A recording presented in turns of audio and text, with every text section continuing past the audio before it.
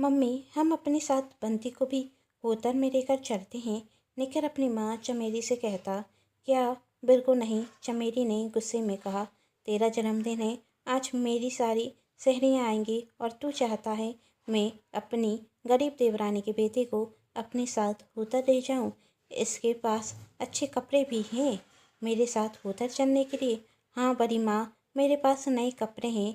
मेरी माँ ने मुझे दिवाली पर दिलाए थे वो कपड़े, तो मेरे नौकर के बच्चे भी ना पहने।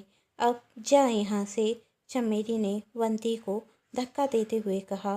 तभी वहाँ सुरेश आता, चमेली का पति। चमेली, एक क्या तरीका है बच्चे से बात करने का। और बंटी बेटा, हम जब होटल से आएंगे तो आपके लिए आइसक्रीम लाएंगे, ठीक है?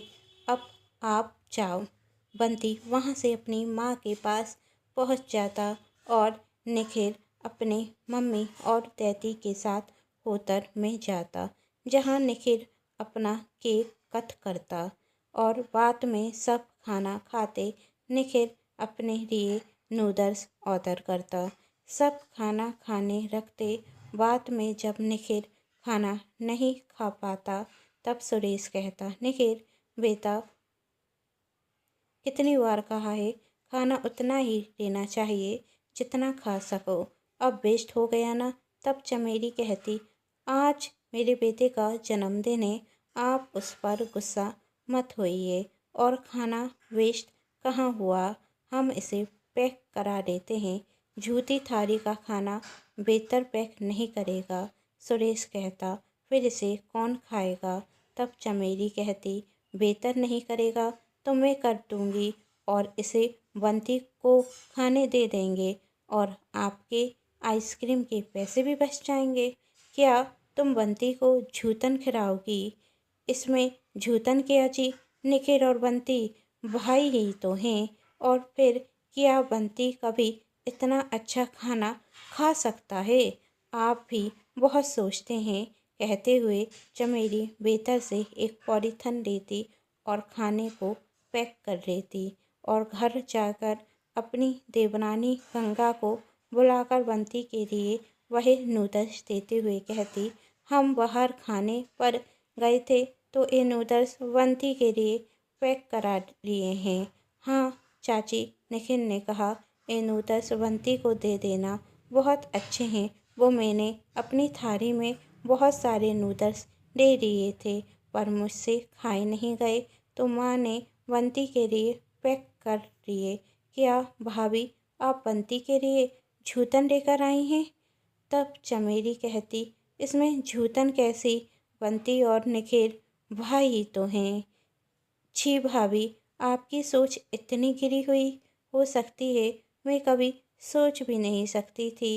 एक तरफ तो आप बंटी और निखिल को भाई कह रही हैं और दूसरी तरफ बंटी के लिए निखिल की जूतन लेकर आती हैं। यदि दोनों आपकी नज़र में एक समान हैं तो दोनों एक साथ होटल ले जाकर खाना खिलाती ना। क्या कहा तुमने? चमेली कहती, औकात है तुम्हारे बेटे की इतने बड़े होटल में खाना खाने की? वो तो शुक्र मनाओ उसे निखिल की जूतन खाने को तो मिल रही है, वरना बंटी जैसे गरीब बच्चे इस खाने के सपने देखते हैं। भाभी, अब आप हद से ज़्यादा बोल रहे हैं, गंगा तेज स्वर में कहती। तब चमेली ने कहा, आवाज़ नीची कर कर बात करो, वरना घर से बाहर नजर आओगी। जो छत तुम्हारे सिर पर है वही भी चली जाएगी।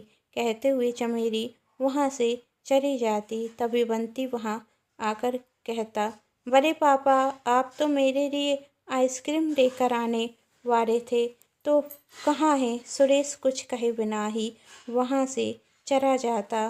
तब गंगा कहती, बेटा, मैं तुझे आइसक्रीम खिलाती हूँ। कुछ दिनों बाद चमेली गंगा को घर से निकाल देती। गंगा पढ़ी लिखी थी तो उसे एक स्कूल में टीचर की नौकरी मिल जाती।